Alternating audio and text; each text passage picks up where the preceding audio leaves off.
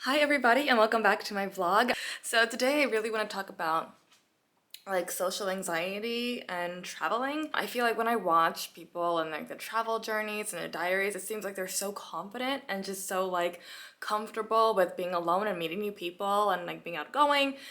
And that was not the case for me at all. So I really kind of want to open a little door here to have a conversation. It's sometimes an awkward situation when dealing with social anxiety and trying to get out of your comfort zone and being in new environments and around new people. And it's all normal and okay. However, right now I am just gonna go grab a cup of tea. It is around afternoon time right now. I've been cooking myself a soup and meal prepping for the week, cleaning my house, and we will continue this conversation over a cup of tea.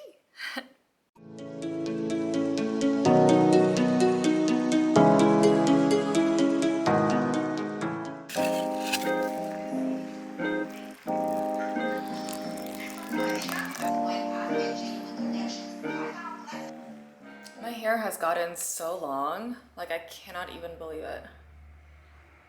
Like my hair literally used to be this length my entire life, and now it's like all the way down there.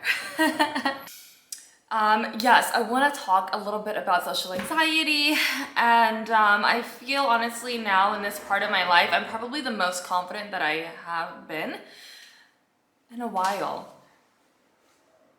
And I think it's honestly because I have just been working on myself and developing a deeper relationship with myself. So when I started traveling, it really was something that I felt like I needed to do for myself because I felt so boxed into this label that, I was quiet, I was shy, I was, introverted, and like I always thought it was like a bad thing because like growing up as a child and like you're surrounded with a bunch of other kids who are like outgoing or like it's so easy for them to make friends and things like this. Like I just always felt a little bit on the outside.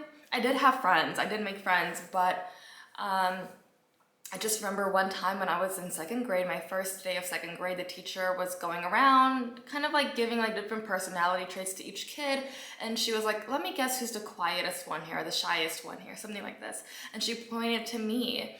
And I feel like that label just kind of stuck in my mind. Like I accepted that, as my label, as who I was. And it just made me feel so uncomfortable, but like something that I couldn't get out of.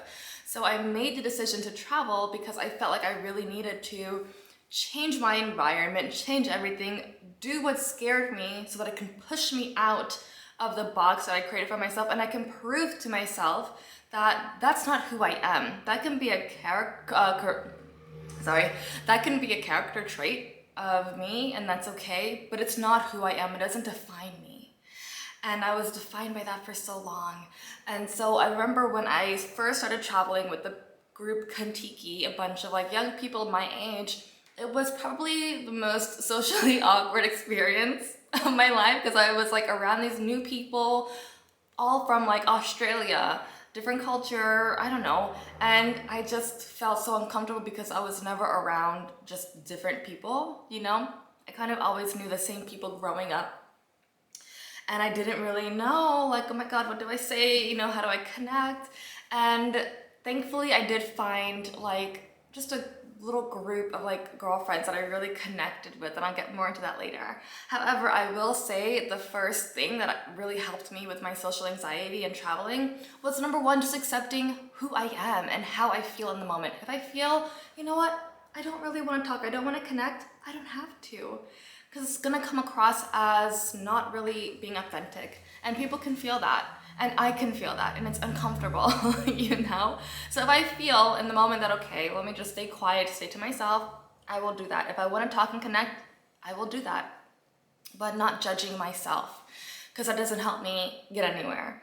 And I remember just the first kind of meeting on the bus, they kind of did this thing where it's okay, everybody, like take turns going to everybody and introducing yourself, get to know people, ask questions. And that's probably the worst thing that someone with social anxiety like can hear. Like, oh my God, I have to like get out of my bubble and like actually like talk to people first. Because it was me that was moving. It would be like the person by the window who stays in their seat, but the people on the outside kind of move and rotate. And so I remember I felt like I was doing too much. I was kind of pushing forth this persona that wasn't me, someone who was just at the time, just like I felt like I was pushing myself to be overly outgoing, overly confident, and like a lot of energy, and like I just couldn't sustain it because that's not where I was in the moment, that's not who I was in the moment.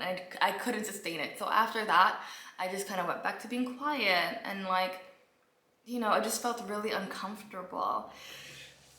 Number two, I'm big on energy. So I'm not gonna force a situation. I'm not gonna force a conversation or a friendship if it doesn't happen naturally. That doesn't mean that I won't like speak to you first, which typically I don't, because someone with social anxiety, like we'd rather you talk to us first. But I'm coming out of that. I'm getting better with that. I am. However, that's how I was. And my number one thing is like always just find at least one person, 2 people, 3 people, a small group of people that I felt safe with and safe enough to just kind of open up and talk and be myself. I didn't really get that so much from so many people, so just was like a small group of people that really helped me, because then I felt more comfortable with where I was and actually taking in this wonderful trip with these people that I did really feel connected with, All right, so I'm just gonna finish up my tea really quick and I am going to meet you outside on my walk. So I have pulled up to my favorite park and walking location, and before I get out and go on my walk, I'm just gonna hit on the next point, which is if you are dealing with social anxiety and awkwardness and just all of that stuff and you want to travel, I would say the best option that I definitely took was to first start off traveling with a group, because traveling by myself, I feel like it would have been a little bit too overwhelming.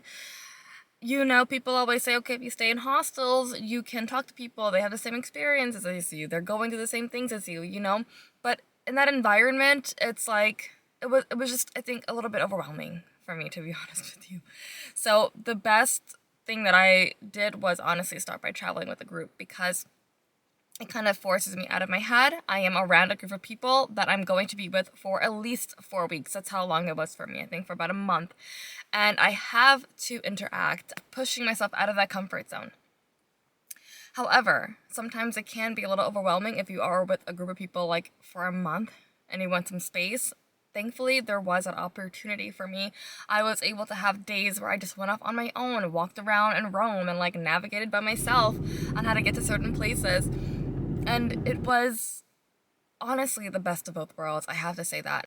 Traveling with that group of people also made it so that I had a safety net. So that when I went out on my own for the first time, outside of my comfort zone, into a new part of the world, just a whole new experience, I had the comfort of knowing that I was going to be okay and safe, and that my trip was planned out, and I'm with professionals, travel professionals. And I can learn tips from them, and I can learn how to navigate and see what the experience is like before I took it on by myself, for myself.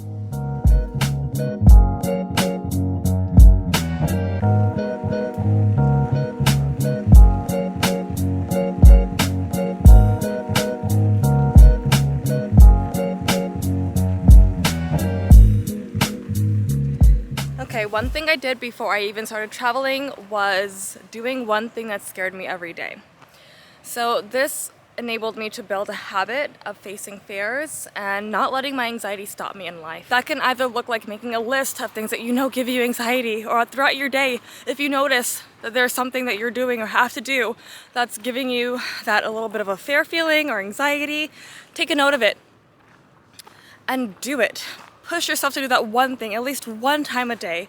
It can be something so little as to, I don't know, going somewhere new in your city, or speaking to a certain person that you work with that day, saying hi, looking people in the eye as you walk through the street on your way to work. Look at someone in their eye and say good morning or hello, acknowledge, if that gives you anxiety, do it.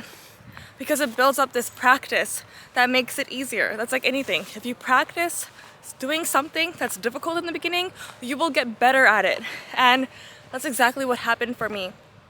and I was able to really get to that level where I was ready to take even a bigger step. So anyways, I hope this helped. I just love being transparent and open and honest about my journey, and hopefully sharing my own experience will help you on your own journey as well. And let me know one thing that you did today that scared you. And I will see you in my next video. Thank you so much for watching. Bye.